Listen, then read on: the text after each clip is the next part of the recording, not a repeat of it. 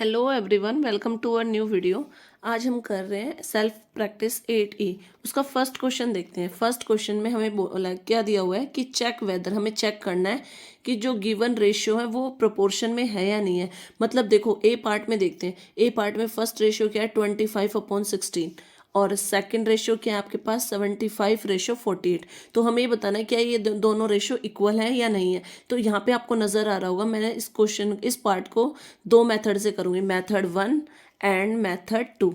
तो सबसे पहले मेथड 1 से करते हैं। मेथड 1 में क्या है, देखो 25/16 है, इसको हम क्या लिख सकते हैं 25/16 एंड 75/48 को 75/48।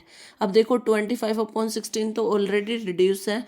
अब ये जो 75/48 है इसको ना 3 के टेबल से रिड्यूस करते हैं।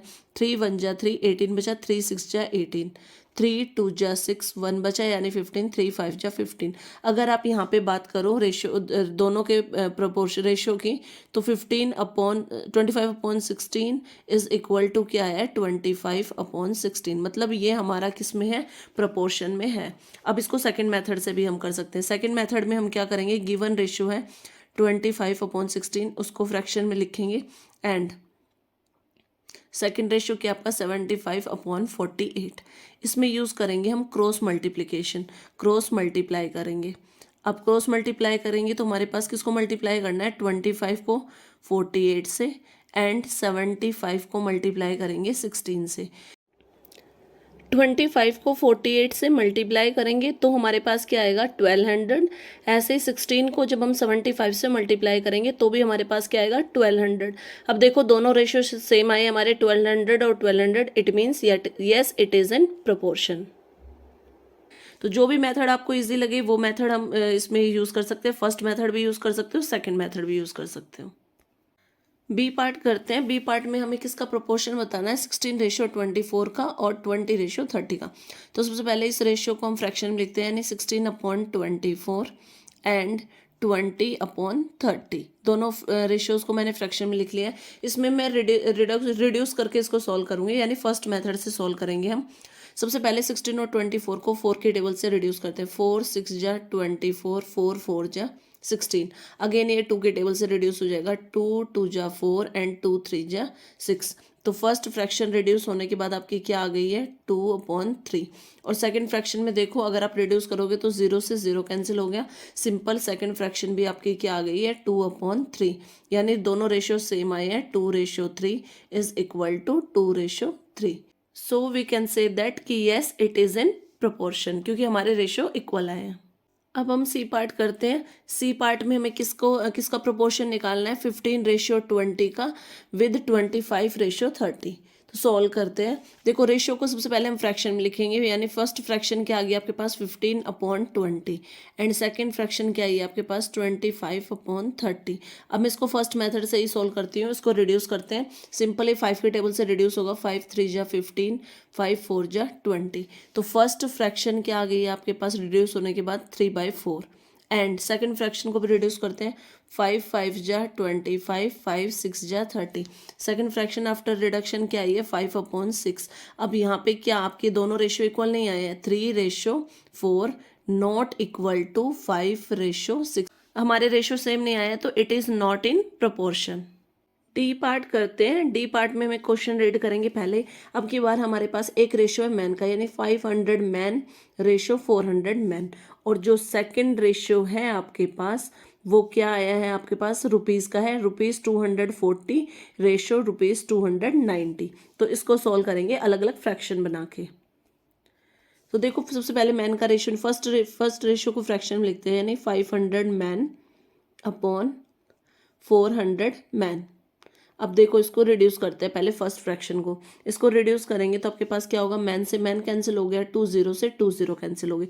तो फर्स्ट फ्रैक्शन आपके पास क्या आ गई है 5/4 एंड अब सेकंड फ्रैक्शन क्या आपके पास ₹240 अपॉन में ₹290। सॉरी यहाँ पे है 920। अब इसको भी रिड्यूस करते हैं। रुपीज़ से रुपीज़ कैंसिल हो गए, 0 से 0 कैंसिल हो गई। अब हम इसको क्या करते हैं 2 के टेबल से रिड्यूस करते हैं पहले। 2 4 जा 8, 1 बचा, 2 6 जा 12, 2 1 जा 2, 2 2 जा 4। अब अगेन 2 की टेबल से रिड्यूस करते हैं, 2 2 जा 4, 2 3 जा 6, 2 6 जा 12। अब ये इससे आगे रिड्यूस नहीं होगा, तो ये फ्रैक्शन आपके पास क्या आ गई है, एंड 6 अपॉन में 23। तो अगर आपको दिख रहा होगा इन फ्रैक्शंस को रेशियो में कन्वर्ट करते हैं, तो फर्स्ट फ्रैक्शन का रेशियो क्या आ गया, 5:4 is not equal to 6:23। So it is not in proportion।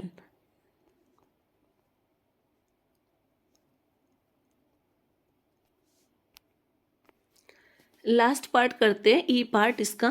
पहले ई पार्ट को रीड करते हैं। देखो फर्स्ट रेशियो हमारा केजी में दे रखा है, यानी 64 kg रेशियो 54 kg, और सेकंड रेशियो आपका किस में दे रखा है, ₹80 रेशियो ₹70। तो अब क्या करेंगे, केजी वाले रेशियो को अलग लिखेंगे, दोनों को फ्रैक्शन में कन्वर्ट करके फर्स्ट मेथड से ही सोल्व करेंगे। फर्स्ट फ्रैक्शन में लिखती हूँ फर्स्ट रेशियो को, 64 kg अपॉन में 56 kg, एंड सेकेंड रेशियो आपका क्या है, ₹80 अपॉन में ₹70। अब देखो इसको रिड्यूस करते हैं, केजी से केजी कैंसिल हो गया। अब 8 की टेबल से रिड्यूस करते हैं इसको, 8 8 जा 64, 8 7 जा 56। तो फर्स्ट फ्रैक्शन आपके पास रिड्यूस होके क्या आ गई है, 8/7। एंड अब सेकंड फ्रैक्शन को रिड्यूस करेंगे हम, तो 0 से 0 कैंसिल हो गया, रुपीज़ से रुपीज़ कैंसिल हो गए, तो आपके पास सेकंड फ्रैक्शन का फ्रैक्शन क्या आ गई, 8/7। यहाँ पे क्या आ रहा है आपके पास, दोनों फ्रैक्शंस के रेशियो इक्वल आए, यानी 8:7 is equal to 8:7। Ratio equal है, it means 8 is in proportion।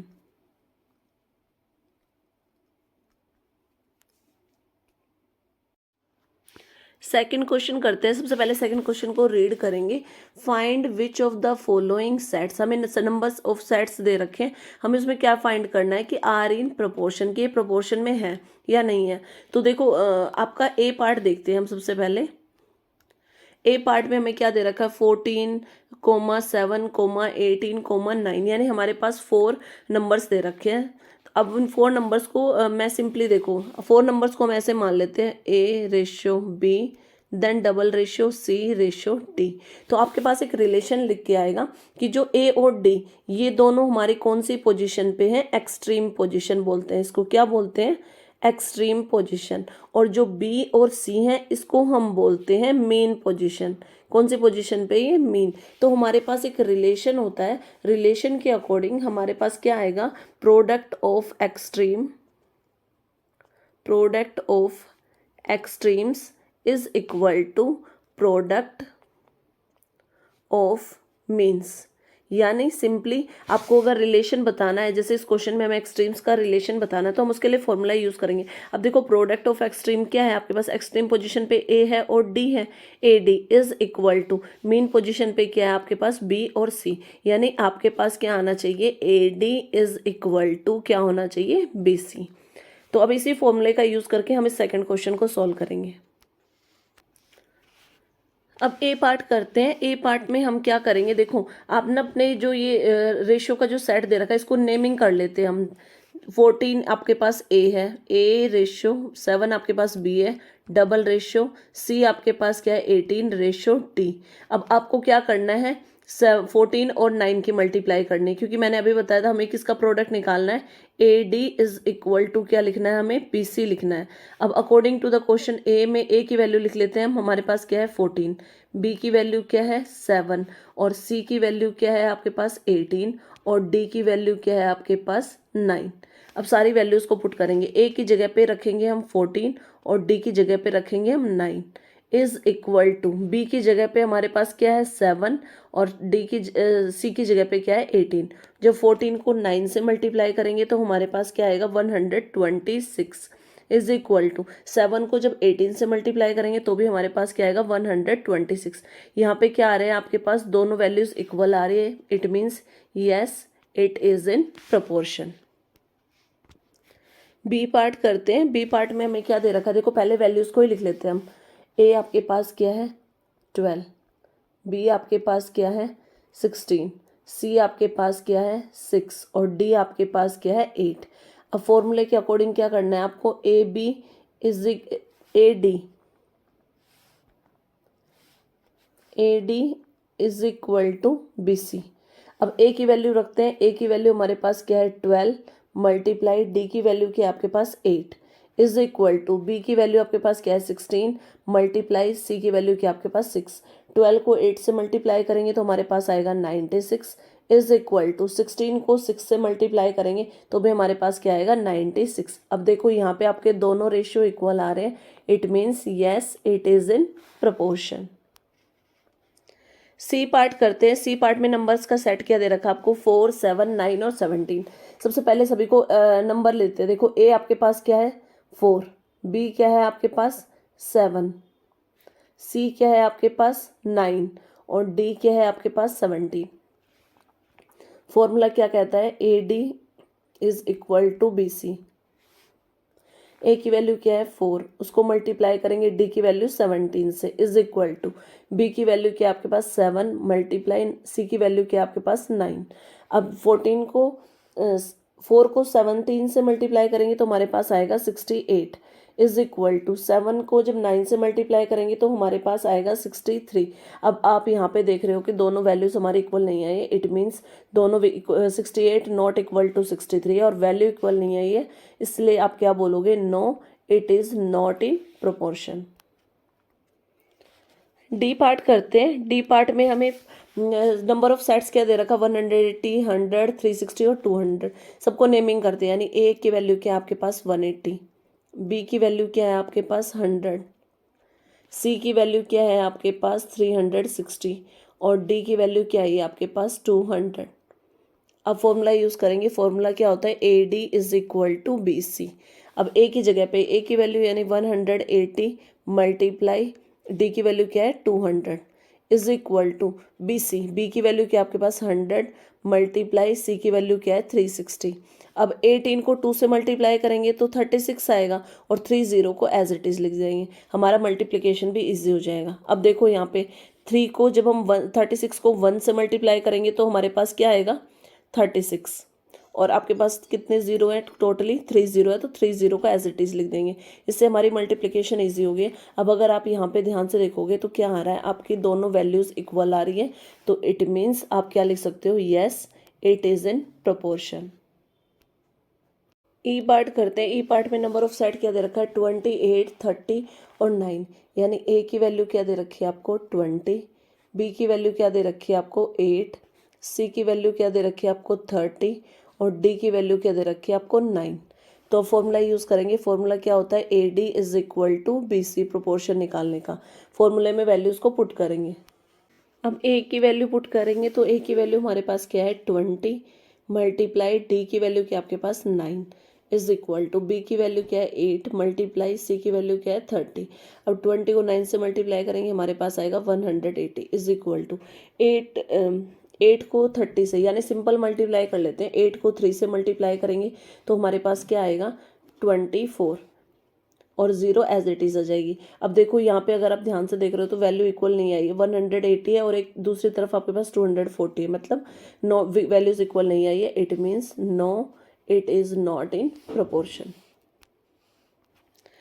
F part करते हैं। लास्ट पार्ट इस क्वेश्चन का। एफ पार्ट को करने के लिए देखो सबसे पहले आपके पास नंबर्स दे रखे हैं, इसको मैं दो मेथड से कराऊंगी। पहले हम इसको क्रॉस मल्टीप्लिकेशन से भी कर सकते हैं और एक्सट्रीम जो भी हम यूज़ कर रहे हैं A D is equal to B C वाला, वो वाले मेथड से भी कर सकते हैं। तो फर्स्टली पहले हम सारी वैल्यूज लिखते हैं। ए की वैल्यू क्या दे रखी है आपको 34, बी की वैल्यू क्या दे रखी है आपको 51, सी की वैल्यू क्या दे रखी है आपको 68 एंड डी की वैल्यू क्या दे रखी है 102। तो अब अकॉर्डिंग टू फॉर्मूला क्या होता है A D is equal to B C. अब ए की वैल्यू को पुट करते हैं। ए की वैल्यू आपके पास क्या आई है 34, इसको मल्टीप्लाई करेंगे डी की value 102 is equal to B की वैल्यू क्या आपके पास 51 मल्टीप्लाई करेंगे इसको सी की वैल्यू यानी 68 से। अब यहाँ पे मल्टीप्लिकेशन हमारा बहुत लेंदी हो रहा है, तो मल्टीप्लाई करेंगे 34 को 102 से, तो आपके पास आएगा 3468 इज इक्वल टू 51 को भी 68 से मल्टीप्लाई करेंगे तो भी हमारे पास सेम वैल्यू आएगी 3468। यहाँ पे क्या है आपके पास दोनों वैल्यूज़ इक्वल आई है, it means yes it is in proportion. लेकिन यहाँ पे प्रॉब्लम क्या हुई है कि हमारे पास ना मल्टीप्लिकेशन बहुत लेंदी आया है, तो इसको आप दूसरे तरीके से भी कर सकते हो। इट मीन्स आप इसमें सेकंड मेथड यानी क्रॉस मल्टीप्लिकेशन का भी यूज़ कर सकते हो। जैसे फर्स्ट 30A में B इज इक्वल टू लिखोगे आप C में D। अब A की वैल्यू क्या है आपके पास 34, B की वैल्यू क्या है 51, इज इक्वल टू C की वैल्यू क्या है 68, D की वैल्यू क्या है 102। पहले फर्स्ट फ्रैक्शन को रिड्यूस करते हैं। 17 2 जा 34, 17 3 जा 51। फर्स्ट फ्रैक्शन हो गई आपके रिड्यूस। अब सेकंड फ्रैक्शन को पहले 2 के टेबल से रिड्यूस करते हैं। 2 3 जा 6, 2 4 जा 8, 2 5 जा 10 एंड 2 1 जा 2। अब ये देखो फिर से सेम 34/51 आ गया। अब इसको 17 के टेबल से रिड्यूस कर दो। 17 2 जा 34, 17 3 जा 51। यहाँ पे आप ध्यान से देखोगे तो आपके दोनों रेशियो इक्वल आए, यानी 2/3 इज इक्वल टू दोनों वैल्यूज 2/3। इट मीन्स यहाँ से भी आप क्या कह सकते हो कि yes it is in proportion. तो जो आपको इजी मेथड लगे आप वो यूज़ कर सकते हो।